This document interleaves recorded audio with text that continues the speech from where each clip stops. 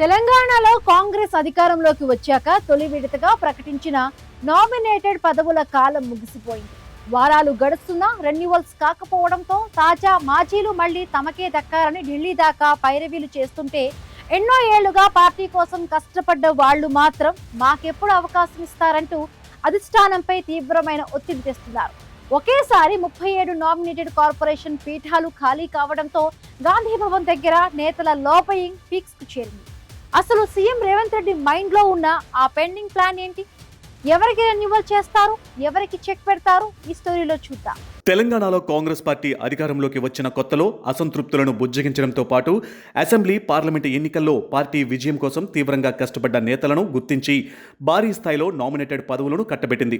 ఒకేసారి 37 మంది లీడర్లకు కార్పొరేషన్ల చైర్మన్లుగా అవకాశం కల్పించింది. మార్చిలోనే జీవో వెలువడినప్పటికీ లోక్సభ ఎన్నికల కోడ్ కారణంగా జూలై 8 నుంచి వీరంతా అఫీషియల్గా బాధ్యతలు స్వీకరించారు. అయితే వీరికి కేటాయించిన పదవీకాలం ఈ జూలై 8 నాటికి ముగిసిపోయింది. ఇప్పుడు ఖాళీ అయిన ఈ 37 నామినేటెడ్ సీట్లలో ఎవరికి రెన్యువల్ చేయాలి, ఎవరిని సైలెంట్గా పక్కన పెట్టాలి, కొత్తగా కష్టపడిన వారిలో ఎవరికి ఛాన్స్ ఇవ్వాలి అనే అంశం ఇప్పుడు హైకమాండ్కు ఒక పెద్ద పొలిటికల్ సవాల్గా మారింది.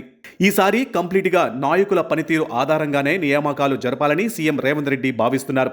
అధిష్టానంతో నిశితంగా చర్చించి తుది లిస్టును ఆమోదించే యోచనలో ఉన్నారు. అయితే 37 కార్పొరేషన్లు ఒకేసారి ఖాళీ కావడం, ఈ పదవులను ఎలాగైనా దక్కించుకోవడం కోసం తాజా మాజీ చైర్మన్లతో పాటు నాటి నుండి పదవులు దక్కని ద్వితీయ శ్రేణి లీడర్లు కూడా ప్రయత్నిస్తున్నారు. నామినేటెడ్ చైర్మన్ పదవి ఉంటే ప్రభుత్వ ప్రోటోకాల్ దక్కుతుందని మంత్రులు, ఐఏఎస్ అధికారులతో ఈజీగా పనులు చక్కబెట్టుకోవచ్చని భావిస్తున్నారు. వీటికి తోడు ప్రభుత్వం కల్పించే వీఐపీ వెహికల్, గన్మ్యాన్ల సౌకర్యంతో పొలిటికల్ పరపతి, ఆర్థిక బలం విపరీతంగా పెరుగుతుంది.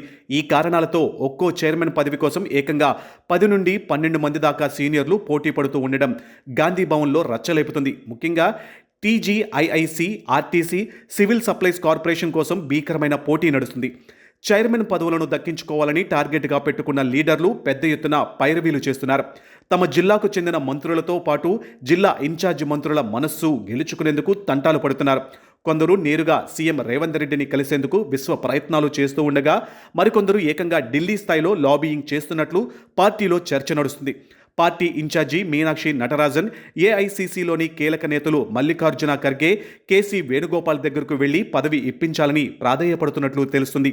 తాజా మాజీ చైర్మన్లు అందరూ మరోసారి అవకాశం ఇవ్వాలని కోరుతున్నారు. ఇందులో కొందరికి మాత్రమే రెన్యువల్ చేసే అవకాశం ఉందని తెలుస్తుంది. చైర్మన్ హోదాలో సదరు నాయకుని పనితీరు ఆధారంగా మరోసారి అవకాశం ఇవ్వాలని సీఎం భావిస్తున్నట్లు చర్చ జరుగుతుంది. అదే సంస్థకు చైర్మన్ పదవి ఇవ్వాలా, లేక మరో సంస్థ బాధ్యతలు అప్పగించాలా అనే అంశంపైన కూడా ఆలోచిస్తున్నారట. కొందరు పాత సంస్థల్లో మరోసారి పనిచేసేందుకు మొగ్గు చూపుతూ ఉండగా, మరికొందరు కొత్త సంస్థల్లో చైర్మన్ పదవి కోసం ప్రయత్నాలు చేస్తున్నారు. ఈసారి 2వ విడత నామినేటెడ్ పంపకాల లిస్టులో ఒక బిగ్గెస్ట్ ట్విస్ట్ ఉండబోతుంది. కేవలం సాధారణ నేతలకే కాకుండా అధికార పార్టీకి చెందిన కొంతమంది సీనియర్ ఎమ్మెల్యేలకు కూడా ఈ ప్రతిష్టాత్మక కార్పొరేషన్ చైర్మన్ పదవులు దక్కే అవకాశాలు స్పష్టంగా కనిపిస్తున్నాయి. ముఖ్యంగా రాబోయే మంత్రివర్గ విస్తరణలో కేబినెట్ బెర్తులు ఇవ్వలేని సీనియర్ ఎమ్మెల్యేలను, సామాజిక సమీకరణాల వల్ల మంత్రి పదవులు మిస్ అయ్యే సీనియర్లను ఈ కార్పొరేషన్ల ద్వారా బుజ్జగించేలా ప్రణాళికలు సిద్ధమవుతున్నాయి. టీజీఐఐసి, ఆర్టీసీ, సివిల్ సప్లైస్ వంటి బోర్డులకు ఎమ్మెల్యేలను అధిపతులుగా నియమిస్తే పాలనాపరంగా, పొలిటికల్గా వర్గపోరు తగ్గుతుందనే చర్చ ప్రభుత్వ పెద్దల మధ్య నడుస్తుంది. డైరెక్టర్ల లిస్టుతో కలిపి భారీ స్థాయిలోనే పదవుల పందేరం జరగనుంది.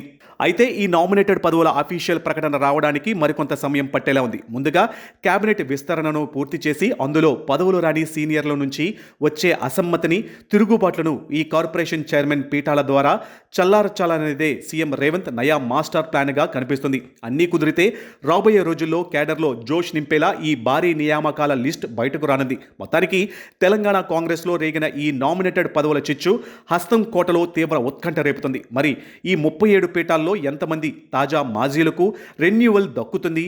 ఏ ఎమ్మెల్యేలు ఈ పవర్ఫుల్ బోర్డులకు బాసులుగా మారతారో తెలియాలంటే మరికొద్ది రోజులు వెయిట్ చేయాల్సిందే.